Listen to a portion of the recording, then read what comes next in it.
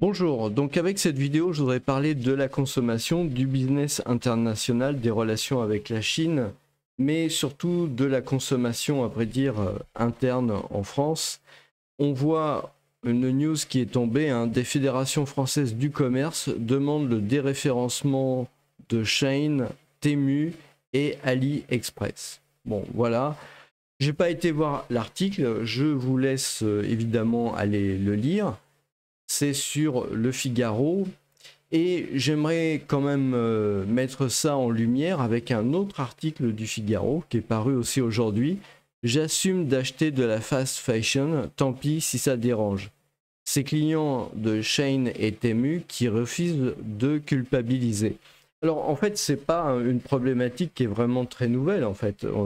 C'est tout simplement un effet de la crise actuelle, hein. C'est-à-dire que on va regarder ce qui se passe aujourd'hui. Donc, on voit la consommation totale des biens en volume, hein. Ce sont les chiffres de l'INSEE qui datent de avril 2025. Bon, ils sont assez récents. Ils sont parus le 28 mai 2025, donc c'était il y a moins d'une semaine. Et on peut voir effectivement la courbe de la consommation qui a franchement diminué. Elle est au plus bas depuis 2015 à peu près, hein. Donc on voit vraiment une consommation qui est même carrément en train de s'effondrer en France, hein. Pourquoi? Eh bien parce qu'on a des problèmes de pauvreté, des problèmes de précarité. Bien que les chiffres du chômage restent stables, on va dire, dans leur affichage, la réalité, c'est que vous avez un espèce de chômage parce que vous avez des salaires qui sont moindres, vous avez des gens qui travaillent moins, en fait vous avez plus de gens dans la précarité. Donc à partir de ce moment-là, bah, évidemment vous avez une baisse de la consommation. Et pourquoi? Bah, parce que les gens n'ont plus les moyens, c'est aussi bête que ça, c'est-à-dire que les gens n'ont plus les moyens d'acheter le minimum et donc ils se rabattent vers des produits à bas coût. Mais en fait, c'est pas quelque chose de très surprenant. Ça l'a fait à chaque crise. Alors évidemment, je veux pas parler de la crise de la pandémie parce que c'est quand même une période un peu particulière pour les achats. Mais si vous regardez ici la crise, hein, vous voyez ici là, ça commence en janvier 2009. Donc là, on était vraiment en pleine crise des subprimes. Bah, vous voyez que ça avait visiblement descendu en fait. Bon. Et ce qui risque de se passer, c'est à peu près le même genre de courbe. C'est-à-dire qu'on risque effectivement dans les trimestres qui viennent d'aller vers ce type de niveau de consommation parce que tout simplement, bah, les gens sont en train de s'appauvrir énormément. Si vous voulez, c'est une réaction en chaîne, hein. C'est-à-dire qu'au départ, vous avez le fait que les taux de crédit ont monté. Les taux de crédit maintenant sont au plus haut depuis à peu près 2-3 ans. Donc, petit à petit, les entreprises ont perdu de la trésorerie. Donc, petit à petit, elles se sont appauvries. Et à ce moment-là, si vous voulez, c'est tout le tissu qui commence à se dégrader. Et là, on est vraiment en 2025. Alors, la crise a vraiment éclaté en 2024, hein. Mais en 2025, là, on est vraiment en train d'apercevoir l'approfondissement de la crise. Alors, et éventuellement, la crise va vraiment beaucoup s'aggraver vers la fin de l'année parce qu'il va y avoir les discussions sur le budget, ça va être très compliqué. Donc, la fin de l'année risque d'être bien pire, à vrai dire. Mais d'ores et déjà, la consommation, elle est déjà en chute libre, hein. Elle est visiblement déjà en chute libre. Les gens n'ont plus les moyens. Donc, il se passe la même chose que ce qui s'est passé lors de toutes les crises. C'est-à-dire que vous avez des délocalisations en fait, qui se mettent en place. Et c'est pour ça que vous avez des délocalisations depuis des dizaines d'années, parce que quand une crise arrive, le tissu français est incapable de s'adapter. Le tissu français économique en fait est victime d'un État qui est vraiment monolithique, comment dire, d'une administration avec des normes qui sont juste une aberration, hein, c'est vraiment une aberration. Je parle même pas, si vous voulez, du taux des prélèvements.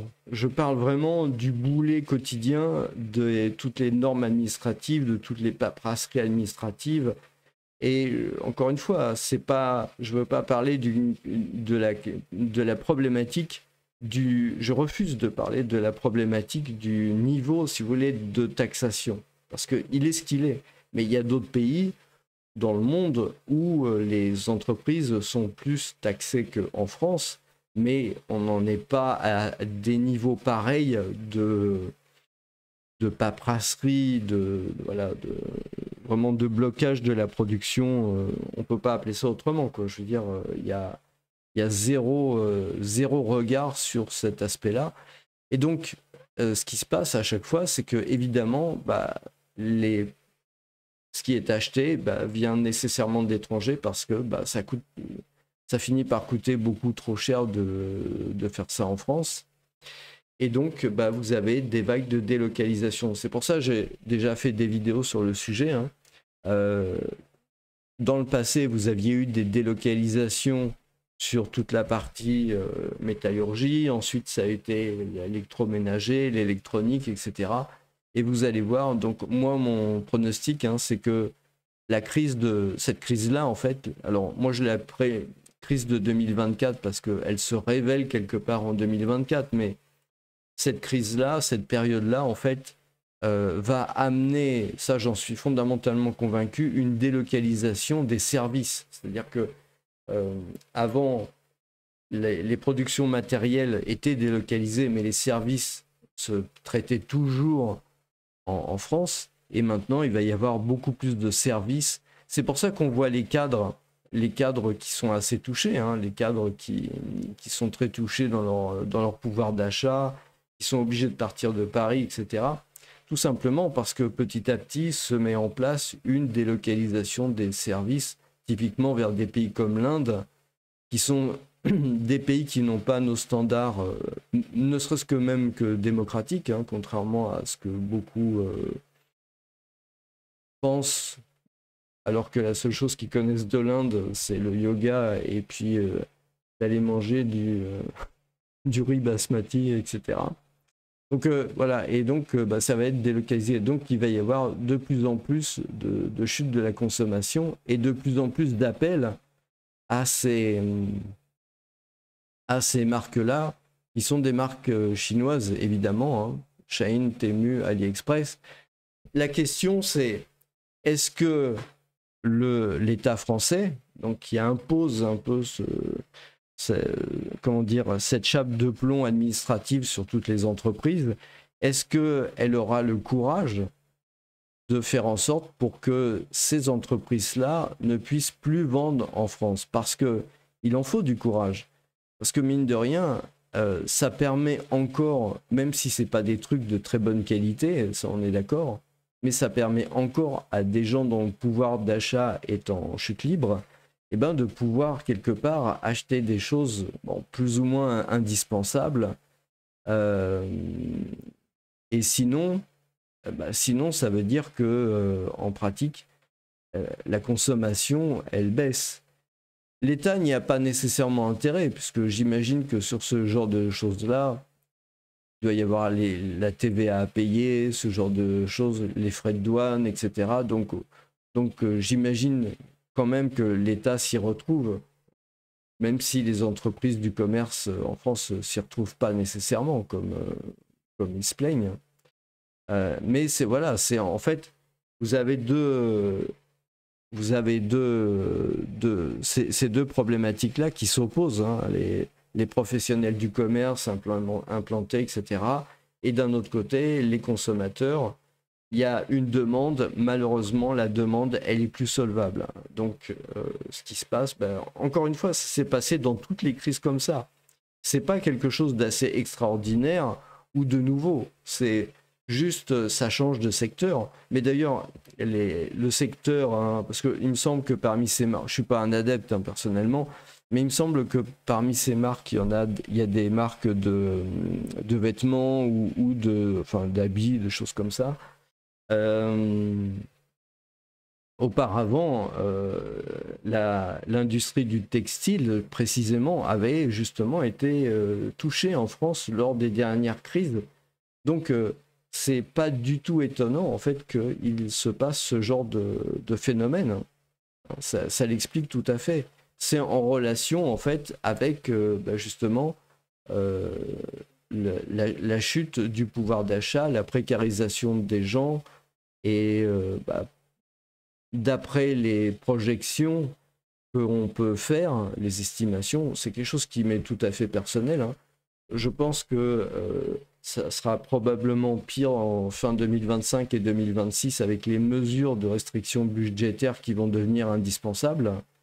Et comme dans toutes les crises, vous avez à peu près 3 à 5 ans de montée du chômage. Donc, vous voyez, vous comptez, on est en 2025, ça fait entre disons 2028 et 2030, d'appauvrissement et de précarisation, puis après un mieux, un début de mieux quand ce cycle-là sera fini. Donc voilà, je voulais simplement attirer votre attention sur ce qui se passe dans le domaine du commerce, parce que moi, ça me paraît particulièrement important. Il faut savoir quand même qu'une bonne part du PIB est justement, une bonne part du PIB est justement liée au commerce. Alors justement, pour tenir compte un peu de tous ces aspects, de l'aspect consommation, etc., sachez que si vous avez une boutique, en fait, je suis en train de lancer une formation, alors qui va être d'accès libre, sauf que les premières publications en fait vont être réservées en priorité aux membres, mais sinon ça sera libre d'accès et je vais expliquer comment créer une chaîne YouTube. Et l'idée qui m'est venue en fait, c'est de réaliser une chaîne YouTube pour une boutique. Donc vous allez découvrir quel type de boutique, comment vous allez trouver les besoins des consommateurs, etc. Et donc je pense que c'est vraiment en 2025 très important d'avoir sa chaîne YouTube, même pour une boutique, même pour une petite structure, parce qu'il y a vraiment tout un tas d'avantages. Donc je vous laisse regarder la playlist qui va vous intéresser. Sachez aussi que j'ai une autre playlist qui, elle, pour y accéder, il faut le niveau entrepreneur et qui est tout simplement comment monétiser une chaîne YouTube en 3 mois et je vous donne la stratégie. Sachez qu'il y a une deuxième playlist qui lui est liée qui s'appelle monétisation YouTube en 3 mois, les outils, donc réservé aux membres au niveau entrepreneur toujours, dans lequel je vous donne le nom, etc. et l'utilisation des outils informatiques pour mettre en place cette monétisation YouTube en 3 mois. Donc tout ça, ça doit vous fournir un package. Donc je vous rappelle, la création par contre de la chaîne YouTube en mode normal, on va dire, c'est quelque chose que je vais publier gratuitement de manière régulière. Donc vous pouvez y avoir accès. Ça doit vous permettre de vous donner des idées, de vous inciter aussi à vous lancer dans la création d'une chaîne YouTube pour votre entreprise. Alors, je pense surtout aux entreprises de distribution, parce que là, on va parler boutique. Donc, ça va être boutique en centre-ville, ça va être boutique peut-être dans une galerie ou je ne sais pas où. Dans tous les cas, vous allez vraiment trouver votre bonheur là-dedans. De plus, parce que c'est la chaîne de l'expatriation, des créateurs d'entreprises et des entrepreneurs, vous allez pouvoir trouver dans cette playlist, en fait, ça sera tout à fait adapté, parce que c'est aussi mon cas, je suis aussi expatrié. Ça va être tout à fait adapté aux gens qui ont créé. Il y a énormément de francophones, des Français, des Belges, des Suisses, des Québécois, qui ont créé des entreprises à l'étranger, hors de leur pays. Donc vous allez pouvoir trouver aussi dedans, quelque part, un peu le feeling de ce que c'est que de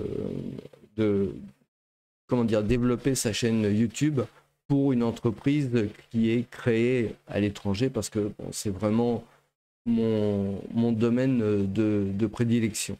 Voilà, je vous remercie et je vous souhaite une très bonne journée.